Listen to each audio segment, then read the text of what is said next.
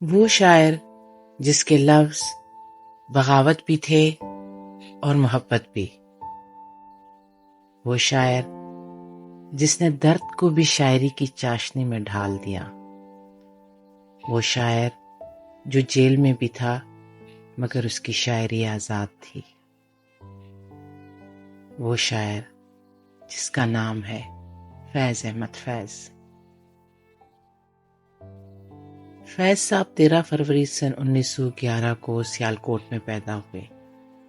یہی وہ شہر ہے جہاں علامہ اقبال نے بھی اپنی آنکھیں کھولی تھیں۔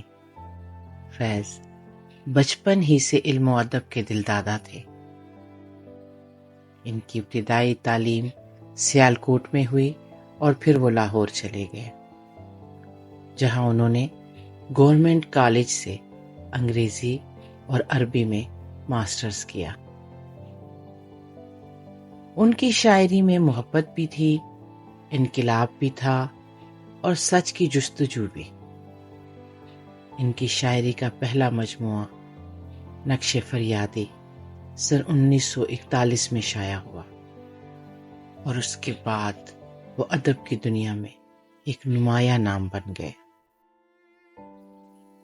فیض صرف محبت کے شاعر نہیں تھے بلکہ وہ مزاحمت اور انقلاب کے بھی شاعر تھے۔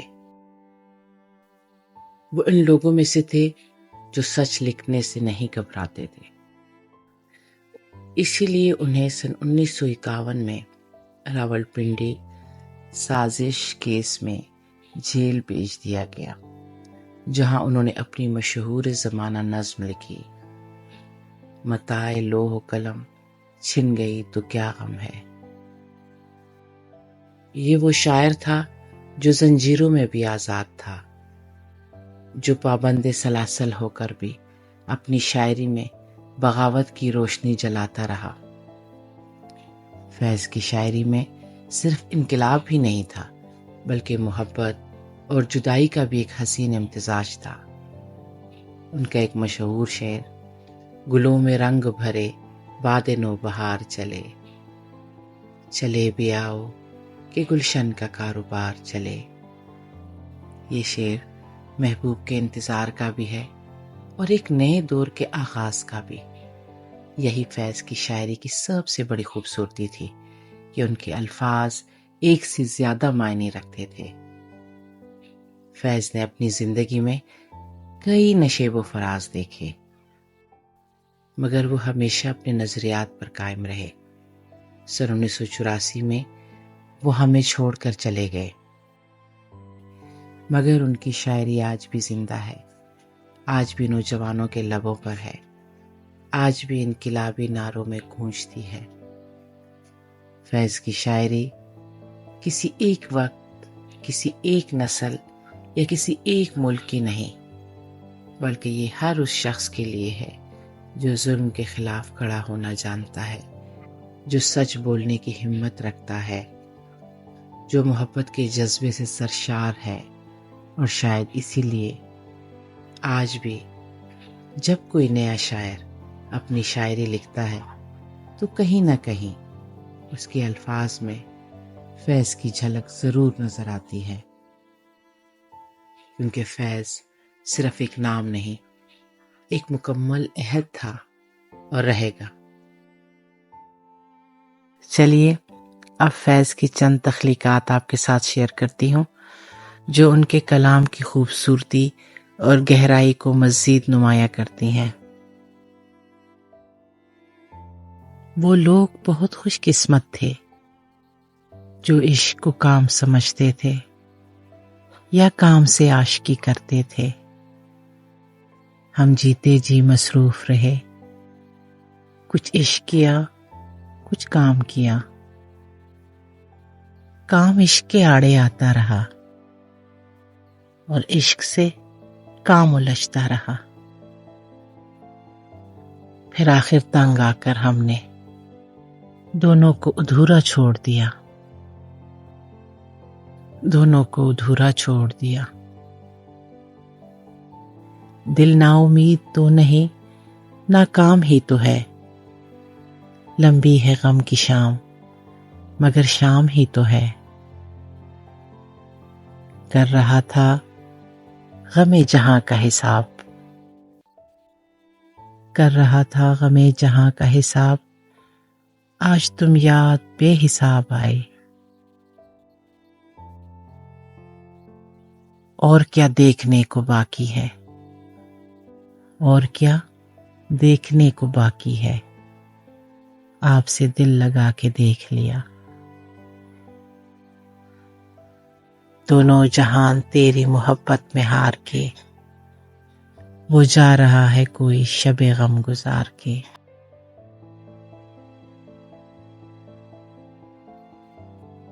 رات یوں دل میں تیری کھوئی ہوئی یاد آئی، جیسے ویرانے میں چپکے سے بہار آ جائے، جیسے صحراؤں میں ہولے سے چلے باد نسیم، جیسے بیمار کو بے وجہ قرار آ جائے۔ نہ دید ہے نہ سخن، نہ دید ہے نہ سخن اب، نہ حرف ہے نہ پیام، کوئی بھی حیلہ تسکین نہیں، ضبط کا عہد بھی ہے، شوق کا پیمان بھی ہے۔ عہد و پیمان سے گزر جانے کو جی چاہتا ہے، درد اتنا ہے کہ ہر رگ میں ہے محشر برپا، اور سکون ایسا کہ مر جانے کو جی چاہتا ہے۔ امید یار نظر کا مزاج درد کا رنگ، تم آج کچھ بھی نہ پوچھو کہ دل اداس بہت ہے۔ دونوں جہان تیری محبت میں ہار کے، وہ جا رہا ہے کوئی شب غم گزار کے۔ ویراں ہے میکدہ خم و ساغر اداس ہیں، تم کیا گئے کہ روٹ گئے دن بہار کے۔ ایک فرصت گناہ ملی وہ بھی 4 دن، دیکھے ہیں ہم نے حوصلے پروردگار کے۔ دنیا نے تیری یاد سے بیگانہ کر دیا، تجھ سے بھی دل فریب ہیں غم روزگار کے۔ بھولے سے مسکرا تو دیے تھے وہ آج فیض، مت پوچھ ولولے دل نہ کر دکار کے۔ فیض کی شاعری صرف الفاظ کا خوبصورت امتزاج نہیں، بلکہ ایک انقلابی سوچ، ایک خواب اور ایک عزم کی علامت ہے۔